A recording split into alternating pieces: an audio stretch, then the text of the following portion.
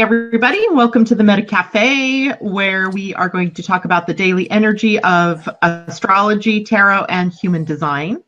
And Jason, you were upside down there for a minute. Did you lose your Yeah. phone or something? Yeah, my little tripod died, of course. They don't make things the way No, you just got that. they don't make things the way they used to, Myrna. Everything's plastic. What did it do? Break or a leg fell off or? Split. The actual thing that kept it from falling, like the top part falling over, is like a ball and socket, and they use this Yeah. stupid plastic to winch it together. Instead of making it like a real ball and socket that is already friction full so that it holds a position, I tell you, they don't make things the way they used to. They don't, that's for sure, because they want you to keep buying new things all the time. Good morning, Norma, Mimi, Suzanne. It's good to see you all out there this morning. And so, how did everybody fare with the new moon yesterday or last evening? Actually, Jason, the new moon would occur after you went to bed, apparently, because it was at I was 9 going to something. listen to Janana's show, and I was already, boop, asked out at 7:30. I couldn't believe how tired I was. That's what happens when you're a rock star for your birthday. Yeah. Yeah, you're not 20 anymore. You can't spend a whole weekend partying hard and then expect to be able to get up Monday morning and go on your merry way. I resemble that remark. How dare you? Good morning, Cheryl. Good morning, Michelle. It's good to have everybody out there this morning. So new moon, I was about 6 p.m. my time. I didn't feel a thing. Didn't seem to see anything new on the horizon. It was, I think, maybe in the clouds of all of the Capricorn energies that are going on. So it was sort of lost on me. And who knows where it may take, although there was something shaping up, before the new moon yesterday as it relates to some of the technology we use in our day-to-day lives here, using eLive and Zoom and things like that. But nothing else exciting happened except now this morning, I think something really awesome is happening, and that is the moon finally out of Capricorn and Venus moving into Aquarius later on. And so what we have then is the breakup of some of that Capricorn energy that's been, sort of strangleholding us for the last 10 days or so.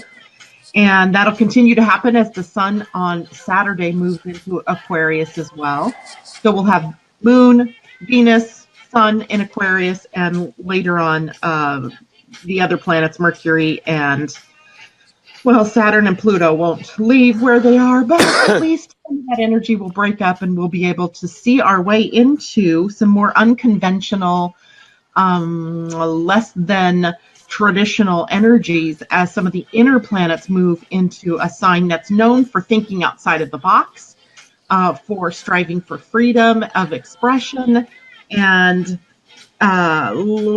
being a little bit more experimental in its approach to the world instead of using only the tried and true methods. It works around those, maybe joining up some of the best from the old and daring to move on into the future. So that's kind of where we are. The energy is shifting and changing from Earth to a predominance of Earth to a more even spread of the energy. So all of the elements will be represented in a way that's much more balanced over the next few days. And that should make us all a little happier, should take a lot of the heat off some of us in, that one house of your chart or two houses at most where Capricorn energy has been focused. Now, today we got to watch out a little bit because the sun is in a challenging aspect to Neptune today, and that makes for difficulty staying focused, staying in the moment, or staying in the now. I already feel myself sort of wafting between two worlds today, and so it's very hard to stay focused in the physical. So being focused in the spiritual is much more appealing and much more, let's say, in fact, easier to get to today than the sun and being focused in the planet, right? So we might feel like our heads are kind of up in the clouds and our feet are lifted up off the ground. This too shall pass. We'll become a little more focused and able to handle grounded energy as we get into tomorrow. But for now, that's about all I have. The chart is still decidedly earthbound, but slowly moving into a much more inspirational, perhaps, and experimental, unconventional area. It'll be interesting to see how the State of the Union address goes. Not that Oh, I would watch it because I can't stand the man who would deliver the address, but oh no, honey, you gotta watch it for comedic value, if nothing else. no, because it'll just piss me off. But it might be interesting to see how some of the problems of the world begin to get looked at. And I just want to know why it is that colonel or lieutenant doctor, whatever he is absolutely lying about the man's health. How much did they pay him, et cetera, because there's no way you can convince me that man passed a cognitive test without any issues. Although they say he, aced it. Whatever. So we may have some other surprises on the horizon about some of those things that have been hidden, some of the lies that have been told, because Uranus is the planet that rules Aquarius, and he likes surprises. He likes to upset the apple cart. He likes to awaken us to truths. And so we may see some interesting things over the next week or so.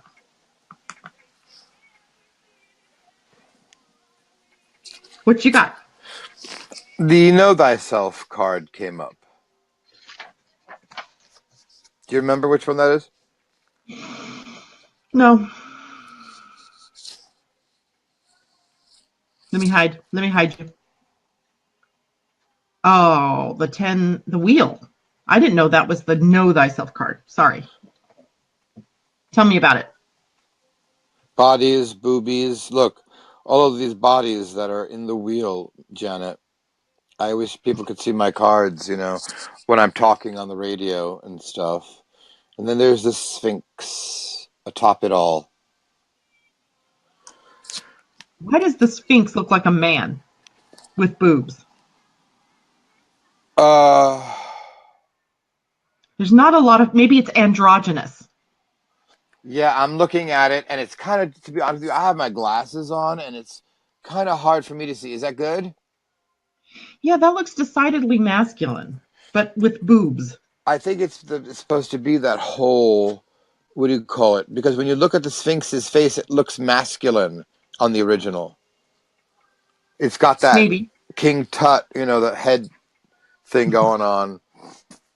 Could be, could Any, be. anyway, you see those bodies, they're turning around in that wheel. And the wheel asks you to stop and get into a state of observance, because the ancient story of the Sphinx, as it goes, is it was atop this mountain in Greece. And its very breath perfumed the air with poison. So it would breathe into the land and whole populations would just die. And the Sphinx, being an oracle of sorts, had this law that if someone could approach him and answer his riddle, that he would leave the land forever. I cannot remember which Greek philosopher, because I have some real issues with Plato versus Aristotle versus Aeschylus. They all sort of start to Socrates. It could be any of them. Basically, he listened to the people. It was felt story, went up the hill, and the Sphinx came out with the great question of what starts out on 4 legs, then 2 legs, then 3 legs. And the great philosopher said, man. He is born and he crawls, then he graduates to walking, and later in life he then needs a cane. And with that, the mighty Sphinx took flight and went off.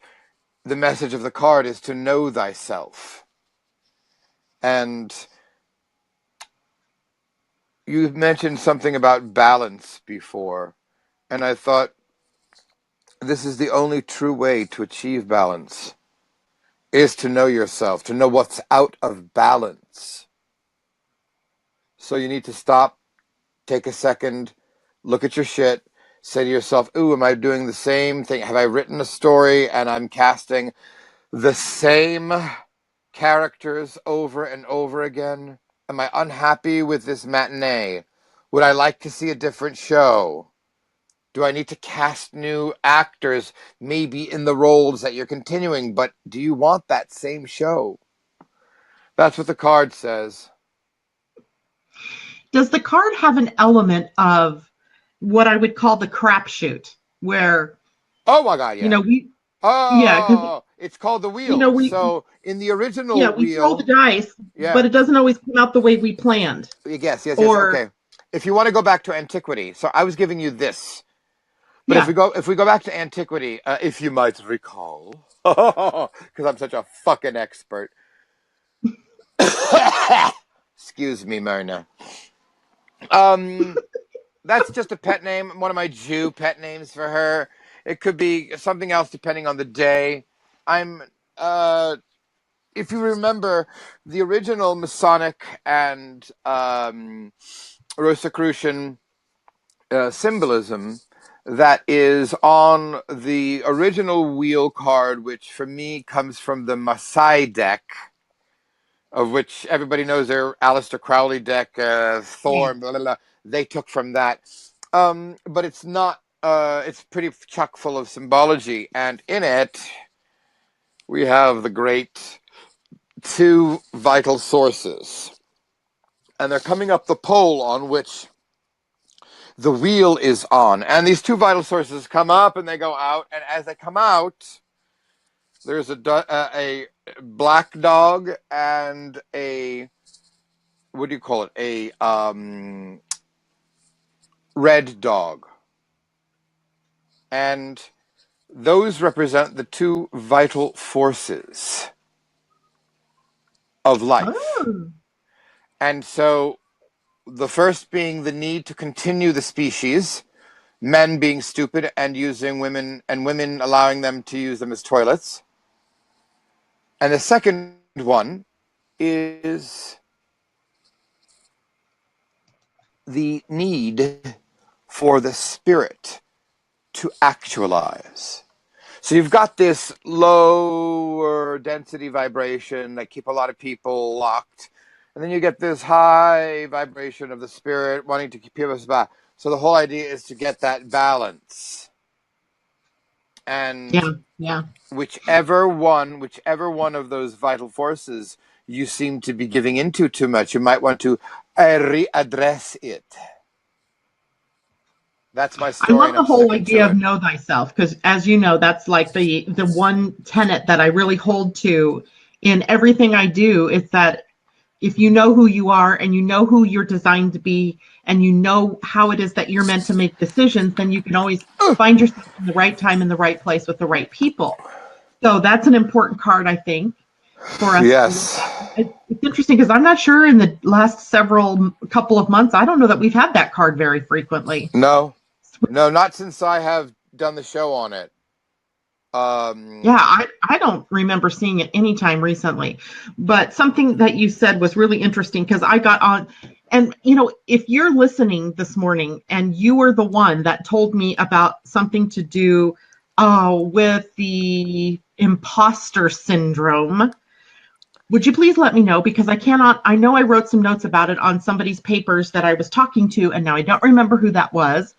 But I don't even know what got me to thinking about this today, except that Capricorn energy ruled by Saturn often makes me think of people being their authentic selves, living their lives authentically. And authentic means something different for everybody, right? You live your life authentically, which is completely different from me.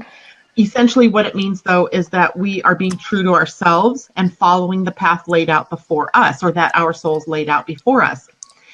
But I have always felt, and this is me sharing maybe TMI, so forgive me if it is, but I've always felt like somehow when my life is not mirroring the things that I tell other people, that I'm an imposter. Although I haven't used the word imposter, I use the word fraud. And I feel like a fraud. So somehow somebody this week got me onto this whole thing. And I would encourage people to look up this article. It's called The 5 Types of Imposter Syndrome. and how to beat them. And there are 5 types. There's the perfectionist. Oh, by the way, for those of you who've had a human design reading, these 5 types kind of mirror the gates in the spleen, which, as we know, the spleen is the center for fear and survival instinct. And it's also intuition, time, and health. But this seems a little bit more skewed to the fear side of things, where there's the perfectionist. Then there's the Superman or Superwoman. There's the natural genius. And Jason, I think you and I fall probably there, where we hold ourselves to an impossible standard of knowing things. Then there's the rugged individualist and the expert. And if you'd like, I can post the link to the article. And this is from where again, these concepts, these precepts? From an article on imposter syndrome, which is a true psychological syndrome out there. But whoever it was that I was talking to me about a woman who had written a book specifically about women who experience this imposter syndrome. And I'll be doggone if I can't find that information. And so initially this morning, I was looking for that information, which is how I came across this article. So I'm gonna post this in the thing. But what made me remember that is, hold on, there's the link in the comments, people. So if you want to go to that article, it's really interesting. And I'm not sure that's not written by the girl or the woman that wrote the book, but it's an interesting concept in light of the Wheel of Fortune, or the 10 of... All right. I need to get that article from you, because I want to read it. I just posted it up in the comments. Guess what? You'll have to go to the Living Astrology Facebook page. Okay, Kakadudu. I wanted to educate for a moment, if I may, because I found this fascinating. And I know now why you and me is confused. Because we're all kind of right, yous and me's. Ready for it? Okay. So... it is said that, from what I'm able to intuit and read, the Gnostic writings first basically had this idea of know thyself, but the long and the short of it is that it may have been adopted from ancient Egypt, by where on the Luxor temple, on the outside, it says, man, know thyself, and you are going to know the gods. Well, from there, in line of chronology, somebody by the name of Bias of Prene picked it up, then Chilon of Sparta, then Celebus of Lindus, Heraclitus, Mycen of Shani, Periander, Pittacus of Mythony, Pythagoras. So really, the person that we would be the most first attributed to would be the great mind of Pythagoras. Yeah, because I've never heard of any of the other guys. And then, right under Pythagoras is Socrates.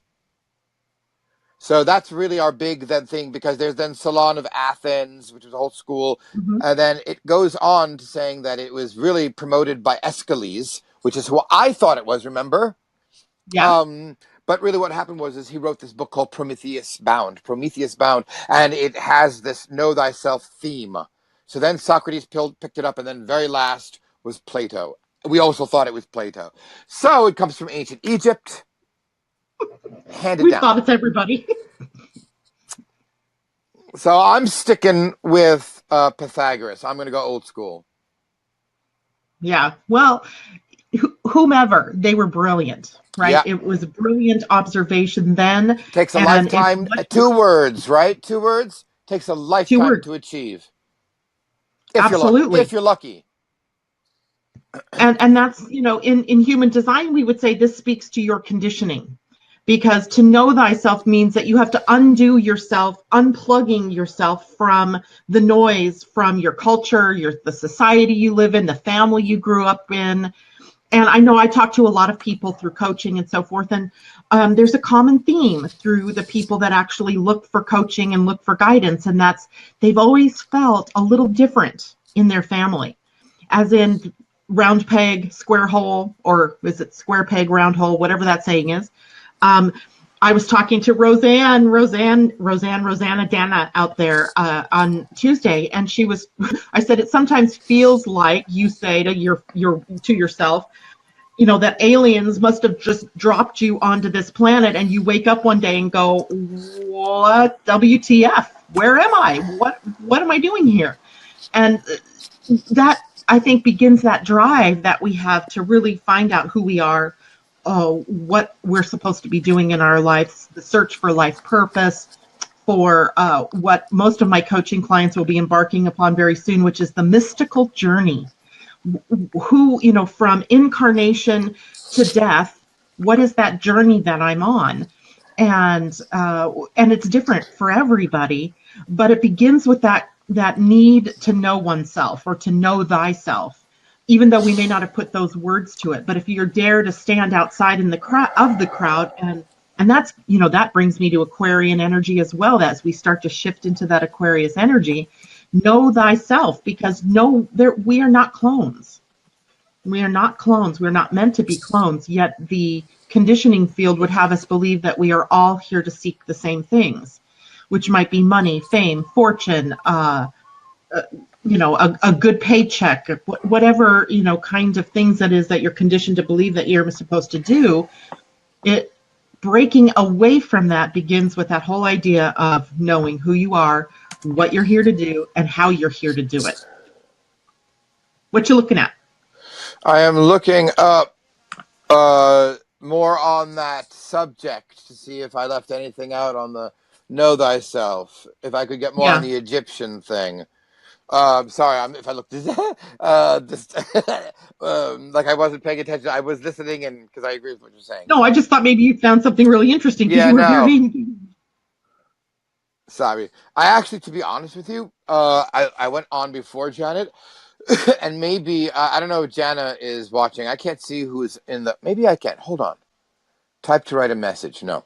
I don't know if Janana is on, but I went to look up rock crystal singing bowls. Like, I remember seeing them in the windows of metaphysical shops. They were actually like real amethyst or real pink quartz or real rock quartz. And all I'm getting is like this glass crystal crap coming up. And I put in rock crystal and singing bowls, and it's a very limited amount.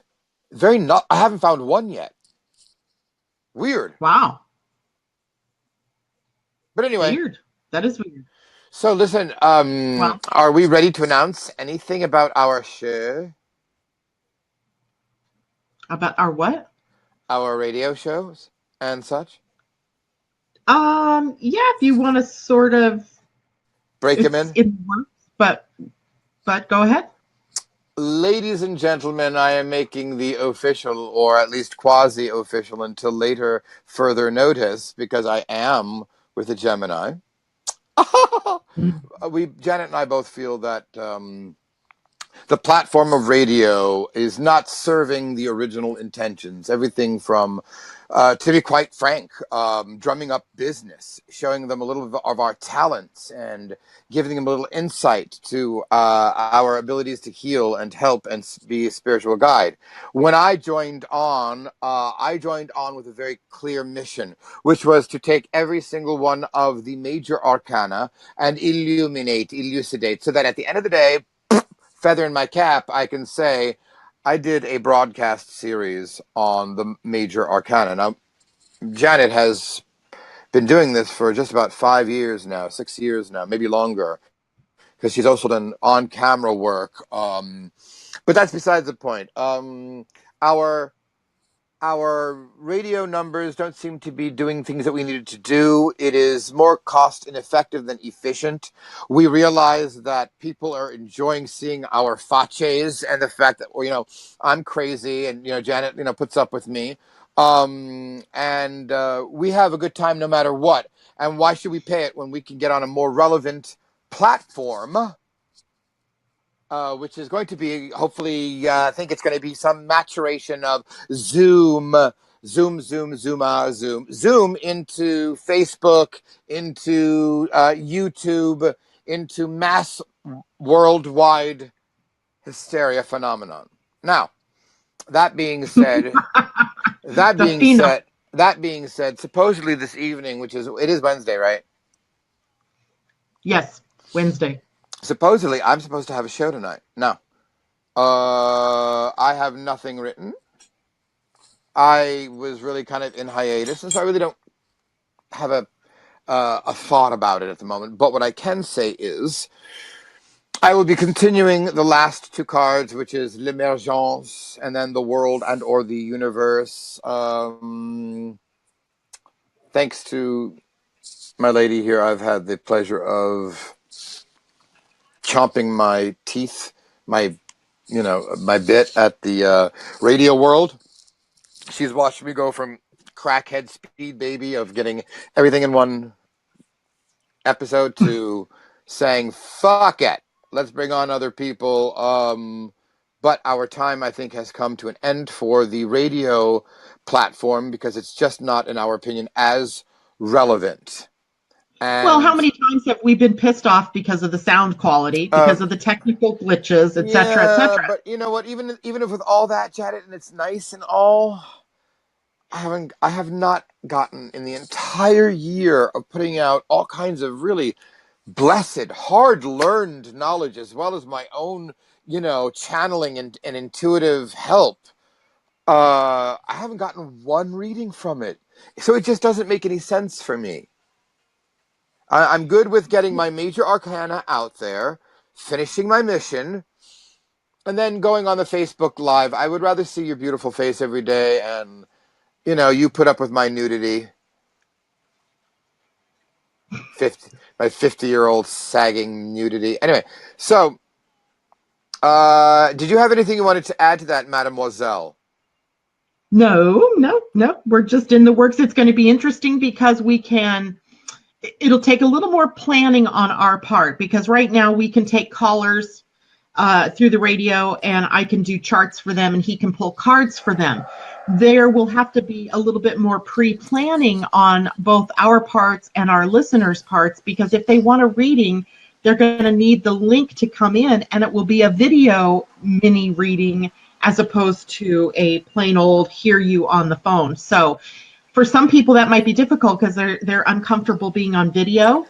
I think you can mute your video, but what would be the point, right? If you could see your chart, you could see the card, we could see each other's faces.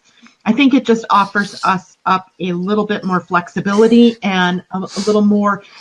Here's the buzzword out there in the world for 2018 and beyond, and that's experiential.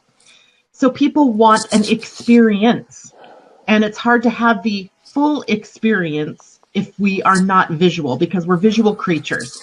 Not that we don't have and enjoy the other senses, but visual, when we can see one another, then we really connect. And so then our readings become an experience, and that's what really people are after right now. So you get to experience the card readings from Jason face to face, the mini readings that I might do on air, also face to face.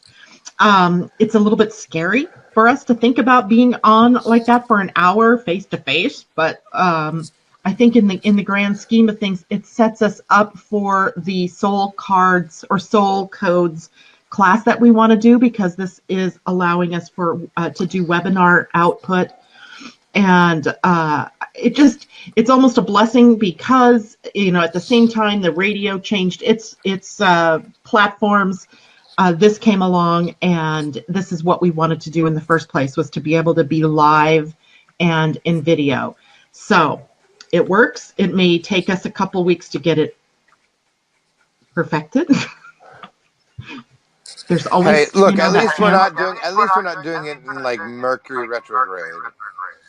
Very true. It is not Mercury retrograde. We have energy moving into Aquarius, which favors the unconventional, the untried, the more technologically advanced. So I also have, I've discovered that I have great support from Zoom, the company that I'm going to be using for this, in getting us set up and started, which you can't reach anybody at Blog Talk anymore if you need help. So that was a refreshing change, for them to actually contact me yesterday and say, get Jason and you on the line, and we'll take you through this whole thing and teach you how to do it. Who does that anymore, right? Right. Anymore, it's like contact me, maybe live chat or whatever. But call me, maybe. Yeah. Leave your name and your email, and we'll contact you back within 24 to 48 hours. Well, thank you, but that doesn't help me when I'm having sound challenges in the moment I'm broadcasting. So this, I think, will